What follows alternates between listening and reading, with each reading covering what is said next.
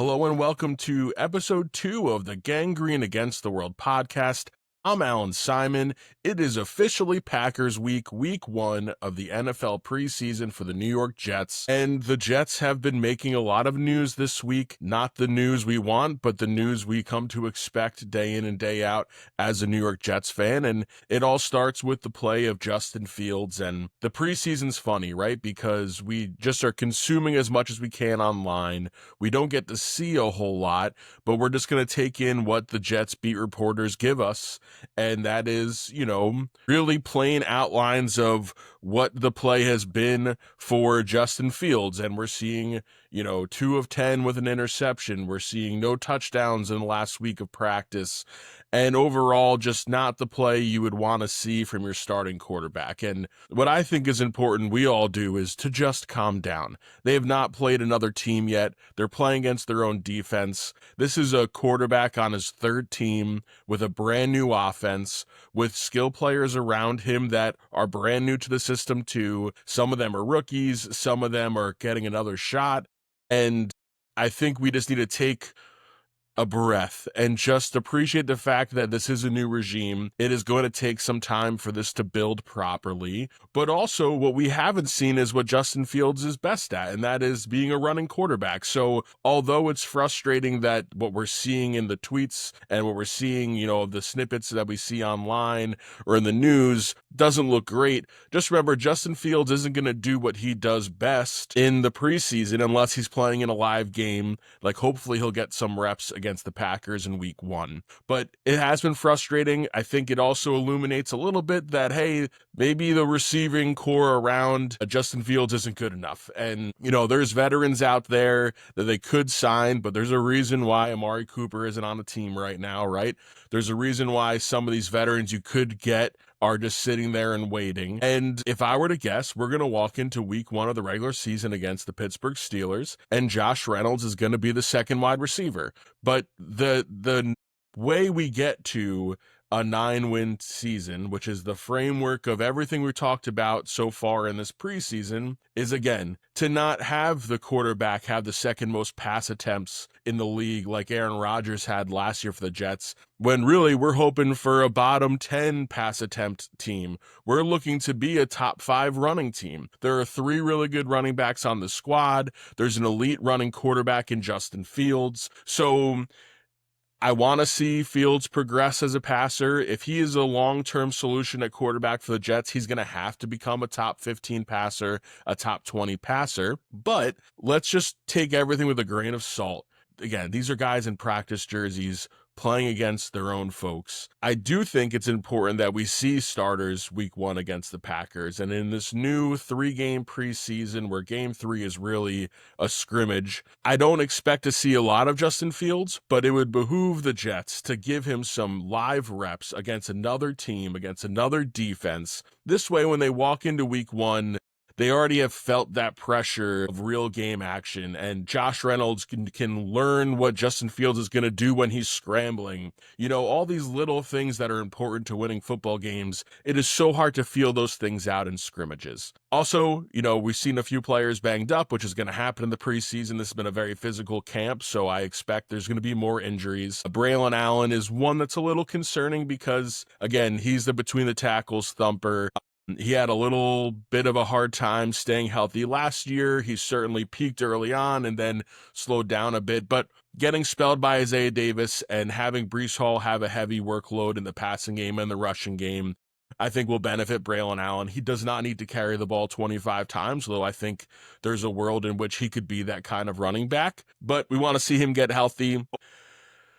What I'd also want to see soon, though, in terms of veterans, Man, they need to bring in a defensive lineman. We talked about this last week. Jadeveon Clowney is sitting there. We're about to get way too much of the same look defensive line as last year, and that's going to be a problem. Again, Michael Clemens as a starting defensive end is not exactly have the feel of a top 10 defense. And I'm not saying that Clowney, saves everything, but it just adds more depth. It takes more pressure off of the studs on this defense, so they have a little bit of support around them as well. And again, if you can shore up the defensive line, it just makes the linebackers play that much better. So what I want to see heading into this game against the Packers, and we're going to have Mike Wadsworth join us to give us the Packers perspective in a few moments. But one, I want to see some first team reps across the board. I want to see a lot of Isaiah Davis. I want to be able to see what can we get out of Josh Reynolds and Tyler Johnson and, Arian Smith, the pick from the Jets this year. Does he have any juice to him? I'm curious to see how he looks with a heavy workload in the preseason. Overall, get out of it healthy, but I want this team to start shaping up a little bit into the squad we're going to see come week 1 against the Steelers. And also, I'm just happy to see Aaron Glenn on the sideline. Aaron Glenn talking about at the green and white scrimmage, which in a lot of ways was a disaster. It was not a clean scrimmage by any means, but it was really cool to see Aaron Glenn really appreciate the moment, really appreciate that he is the head coach of the New York Jets, and all that means to him is his journey after a player from being a scout all the way to being the person running the show. So we'll get to see him on the sideline for the first time as an NFL head coach. And overall, again, preseason games are so much less about the opponent than it is about the team themselves. But what we're going to do here at the Gangrene Against the World podcast, because it is the Jets against the world, is we're always going to bring someone in to give the perspective of the opponent. So we're going to have Mike Wadsworth come in. We're going to talk a little bit about the Packers.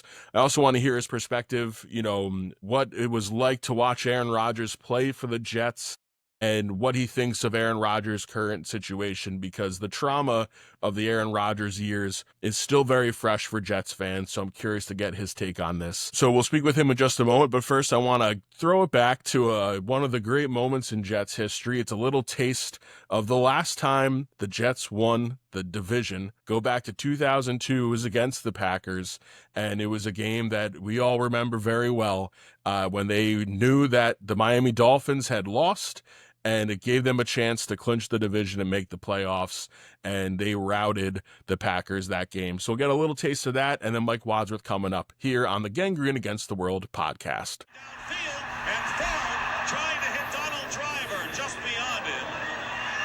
But the preliminary signal, and Adam Vinatieri has just kicked the field goal to give the New England Patriots a come from behind 27-24 victory, and now the Jets have all to play for with the AFC East on the line in this game. This is going to be unbelievable the rest of the way through this football game. Again, the Jets couldn't be any better in the red zone than they have been today. 3rd down and 12, and the pass caught by Wayne Prevent. Prevent going in for another score. 18-yard pass. And the Jets are running away with it. Early here in the 4th quarter, the New York Jets scoring on their 4th straight possession.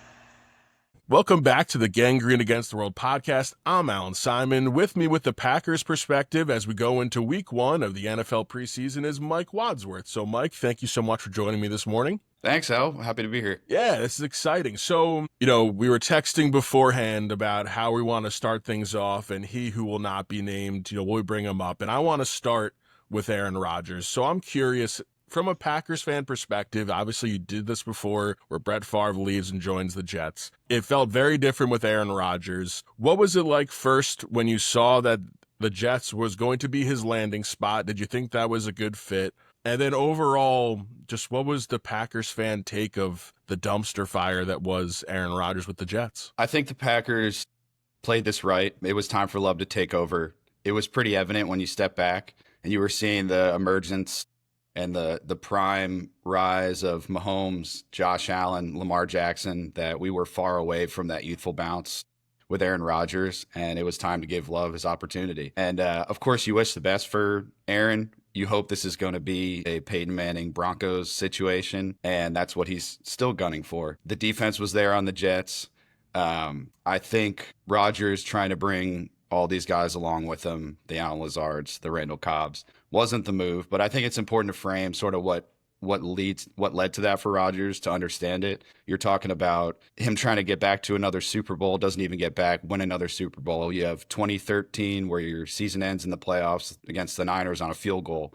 the next 2 seasons, your season ends on overtime touchdowns in the playoffs. The next year, you get blown out by the Falcons in an NFC championship. Not to mention 2018, 2019, you have 2 more NFC championship losses, including at home when you pick off Tom Brady 3 times and you still lose the game. All where there was glaring weaknesses that management didn't make moves on to help get you over the hump. For a competitor like him to have to deal with that when it's out of your hands or you don't even have the ball and your season ends, I can understand psychologically how that leads you to try to, even on a management side, force the issue. Yeah. And try to, so I understand him wanted to bring Lazard, wanted to bring Randall Cobb, but unfortunately what he bringing in, that was he brought age with him, and you need youth in this league. Yeah, and they went from they went from those guys making them one of the oldest offenses in the league, and now you look at the Jets, they're going to be the second youngest team this year.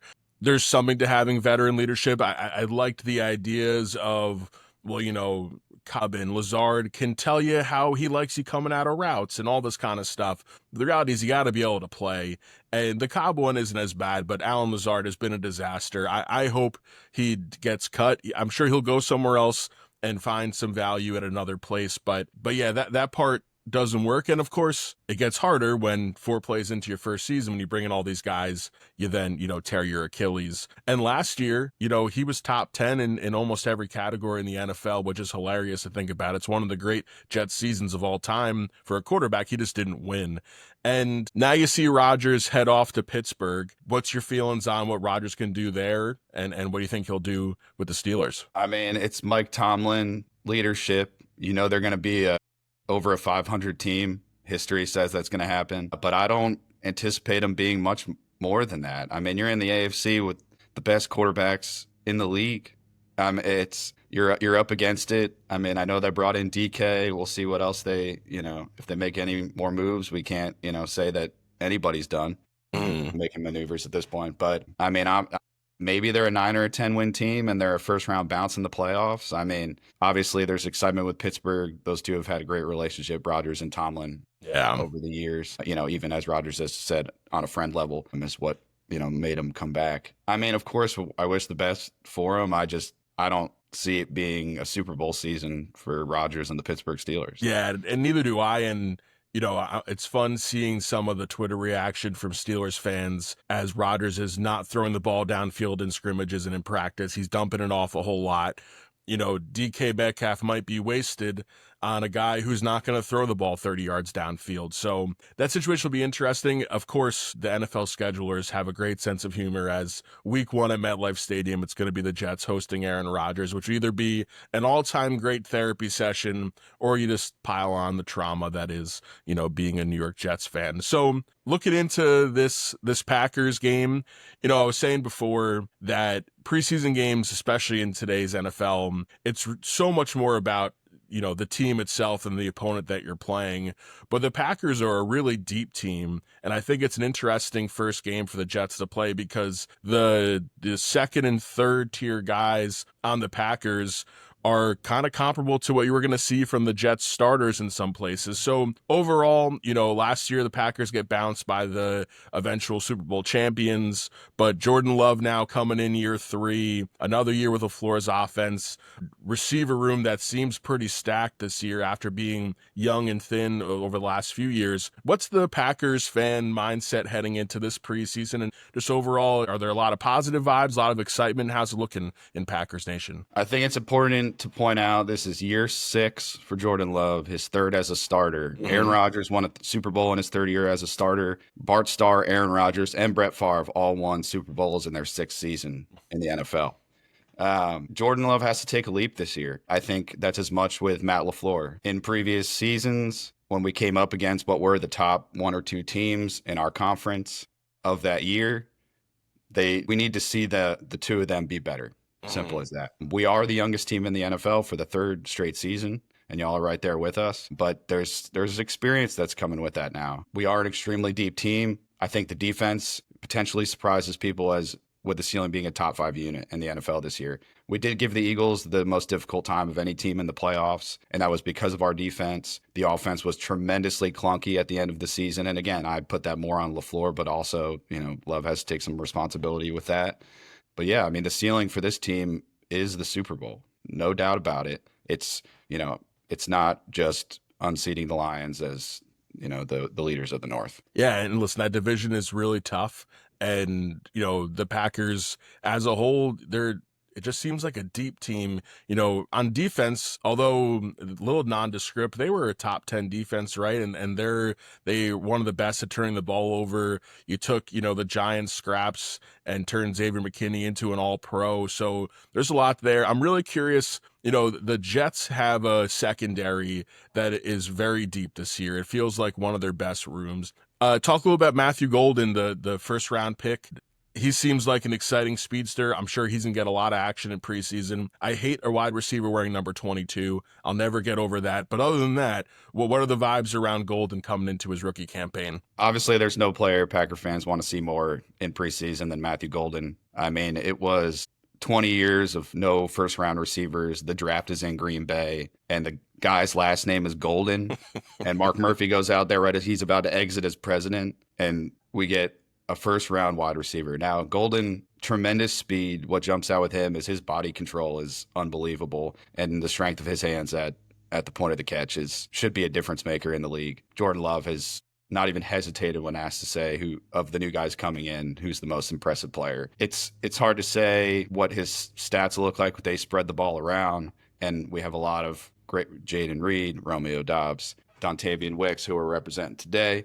Hope to see him make a jump this year as well. Tucker Kraft, I think, has an opportunity to be one of a top 5 tight end in the league this season. So, yeah, the receiver room's extremely deep, and Matthew Golden, there's no player Packer fans want to see more. Yeah, he's an exciting guy. And Kraft, this is going to be his second full year as the starting tight end in his third overall season. He very quietly has put together a great season last year, and that gives plenty of folks for Love to throw to. So on top of that, you have a running game that, an aging running back, but it used to be in the NFL, these aging running backs don't work, but now we got a few of them, and Josh Jacobs, certainly one of the better ones. He had a great year last year. Overall, what do you expect from that offensive line, and what do you expect from Jacobs? We added what are now 2 of our heaviest offensive linemen, including Aaron Banks, guys that are familiar with the zone running scheme. We're not going to get pushed around by the Eagles' defensive line, and that was obviously a main point in acquiring those guys. It's going to be the same zone running scheme. Josh Jacobs is going to get the ball a lot. Packer fans are a little down on Marshawn Lloyd dealing again with injury. Mm-hmm. This preseason, he's been injury plagued. He was a 3rd-round picked ahead of the likes of a guy like Bucky Irving, who's already standing out in the league. So if he can stay healthy, that will be a huge addition. We still have Emmanuel Wilson, and we'll see if we keep Brooks. But yeah, the running game is going to be a focus, and we should be leaning heavily on it this season again. Yeah, and so with, everything I'm seeing, I'm watching, Good Morning Football, and they're talking about how this needs to be the year that Love takes the leap and the Packers need to be Super Bowl contenders. What does that look and feel like? What would be the things you would see at the end of a successful season where they make a conference championship or a Super Bowl? What are the differences from last year to this year that would have to happen for that team to make that leap? Jordan Love being more consistent with the help of Matt LaFleur and his play calling. LaFleur comes into games with really interesting concepts, and I don't want to see more of an adjustment from him in the middle of some of these games. We adjusted tremendously on the defensive side of the ball going into the second halves. I think from the receiver point of view, it's seeing the roles emerge a little bit more. Hopefully Golden becomes that true number 1. Drops were a huge issue last year. Jaden Reed and Wicks were in the top 3, maybe 5 in the league in drops. So that's got to stop. But again, and continue growth from Tucker Kraft, the running game staying as good as it was. But yeah, I think in the wide receiver role, we want to see who you're going to go to on certain plays. Or even Dontavian Wicks, I expected him to take a jump last year, and we didn't use him the same way we did the previous season, and that was a little confusing to me. So hopefully, playing to the strengths of our receivers and those roles getting more defined, LaFleur getting more consistent, play calling wise, and of course, with Jordan Love as well. Yeah, no, it's hard to believe or imagine what it must be like to wake up every August and be like, hey, I root for a team that I think it's legitimately an option that they could make a Super Bowl run, where right now in Jets Nation, we're just talking about what has to go perfectly for the Jets to win 9 games. And one of those things has to be Justin Fields. So I'm curious, you saw a lot of Justin Fields when he was with the Bears. We all saw him put up some decent numbers with the Steelers before he got removed for Russell Wilson. When you watched, Fields, especially in that sophomore campaign, which has been the best of his career, what was your sense of Justin Fields as a quarterback? So I think the Jets are getting Fields on a great contract. Definitely. And he has the talent to bring in this era for Aaron Glenn. I mean, the contract usually says what it is, and that is he's going to be here this year. Probably next year he's good enough to bring things in, but he's got a lot to prove if he's going to be the guy of the future. I personally don't think that Justin Fields is the future of the Jets. Mm-hmm. He has physical talent that's obvious, and that most guys in the league don't have. You could say that early, obviously when we were seeing him with the Bears, that you're just coming into the league, there's a lot to learn. You can grow from that. There was always just Fields seemed to lack a natural awareness on the field that you see from the top guys like Mahomes or Josh Allen. It's like, how did they know that guy was right behind him, or how did they know to move exactly to that spot? Fields seems to lack that, and it's just my sense that negates some of that physical ability. But looking at it realistically, you said perform as a top 20 quarterback. And I think that's pretty reasonable. And he deserves the opportunity that he's getting. And I think again, based on the contract, it is a good situation for the Jets to bring in this new era. Yeah, sure. Especially, if I'm Aaron Glenn and I'm given a contract that's 5 years, and I'm basically being told you have an opportunity to massage this roster and grow it over time. Fields is the perfect, low risk, high reward type of player.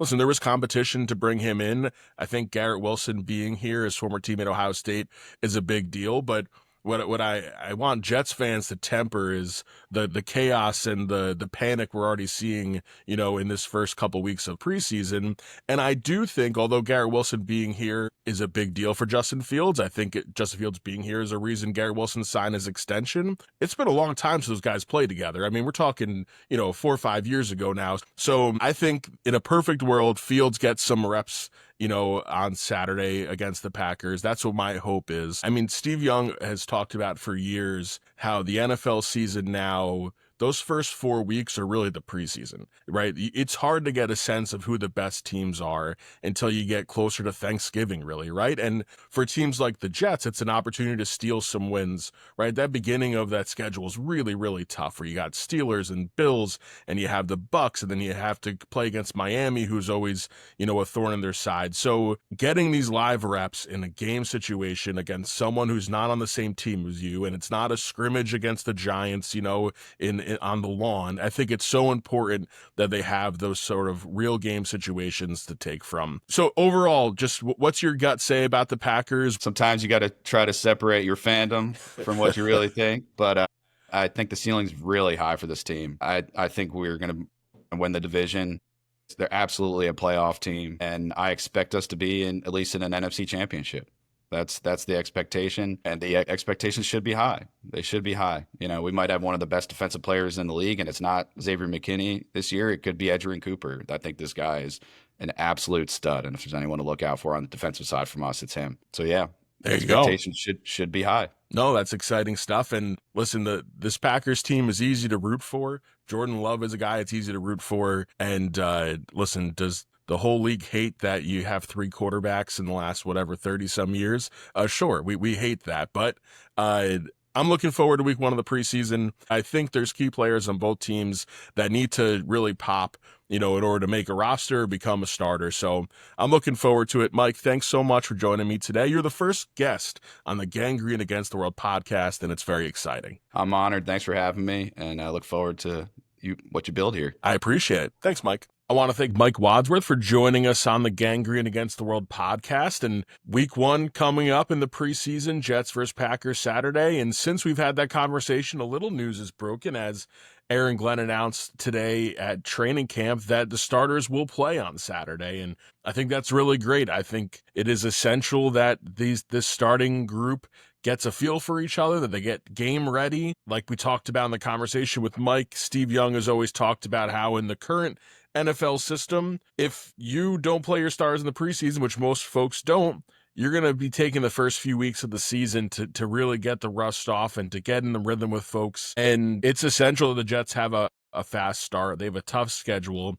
They can't wait till week 5 to start to mesh, and then they're 1-4 and they're clawing back and trying to find a way to a winning record. So I really like that from Aaron Glenn. And with that said, every week heading into the game for the Jets, I'll be giving you 5 things to look for. So let's go ahead and jump right into it. Starting at number 5, Isaiah Davis. Now, although Breece Hall is going to get some carries with that first team, I think we're going to see a lot of Isaiah Davis coming in out of the backfield. We talked about how important it is that he has a good season, so the Jets have 3 rushers who they can use and that they can be elite on the ground this year. At number 4, Xavier Gipson is out, so that's going to leave some opportunity in the return game for Ken Nwanwu, who is an all-pro caliber returner, had a touchdown last year against the Seahawks, so excited to see him get some action. Could he displace Xavier Gipson as the returner for the Jets? Also good opportunity for Jamal Pritchett to get some action. And Arian Smith, I think it's really important. Arian Smith shows his athletic ability and shows what he can do on the field this preseason. Malachi Corley's been terrible. It looks like Malachi Corley's going to go down as another bad Jets wide receiver pick. Arian Smith does not want to go through that same feel, so he's going to have to go ahead and have a good preseason. Number 3, Adrian Martinez, who is going to be the 3rd string quarterback coming into this first preseason game, a former UFL stand-up, now in his 3rd NFL season. He could be the backup if Tyrod Taylor misses any extended time, so I'm excited to see him play against the Packers secondary. Number 2, Nick Folk is back. Old man Nick Folk kicking for the Jets again, partying like it's 2011. He has every opportunity to win this kicking job. I expect him to be the kicker week 1 against the Steelers. And number 1, we're going to see the starters. We're going to see the starters in a real game situation against a good team.